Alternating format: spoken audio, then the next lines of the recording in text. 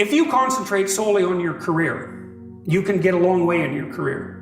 And I would say that that's a strategy that a minority of men preferentially do. That's all they do. They work like 70, 80 hours a week.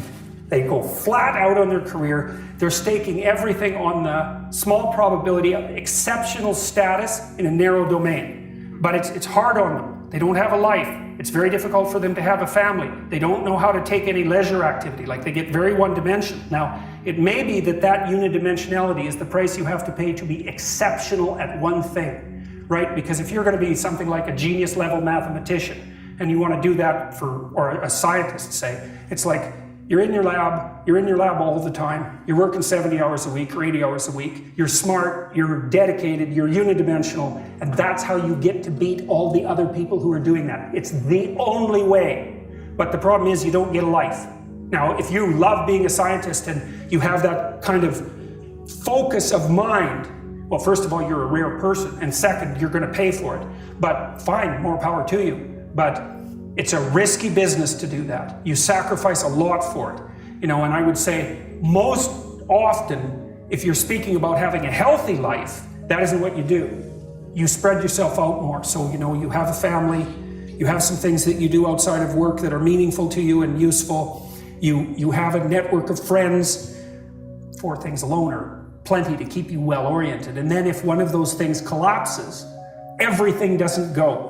Now, the price you pay for that is the more you strive to optimize that balance, the less likely you are to be fantastically successful at any single one of them. But you might have a very, if you consider your life as a whole, that might be a winning strategy. One of the things Carl Jung said, I really liked this. He thought that men went after perfection and women went after wholeness. There's something different at the top of the value hierarchy.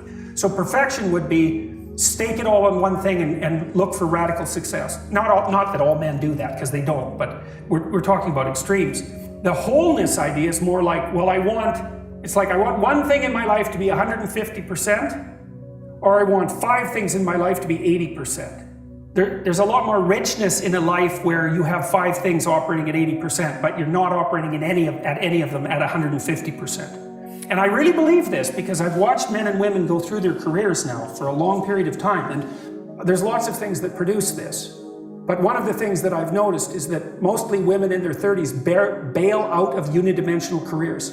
They won't do them. They won't put in the 80 hours a week that they would have to put in order to dominate that particular area.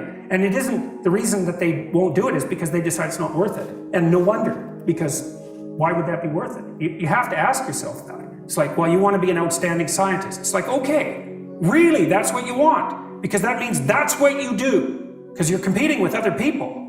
They're smart, they're hardworking. And if you want to be at the top, you have to be smarter and work harder than any of them. And working hard means working long hours. I mean, it also means working diligently, but in the final analysis, it's also an additive issue. If I'm smart and hardworking and I can crank out for 70 hours a week, and you do it for 30, it's like, in 2 years, I'm so far ahead of you, you will never, ever catch up.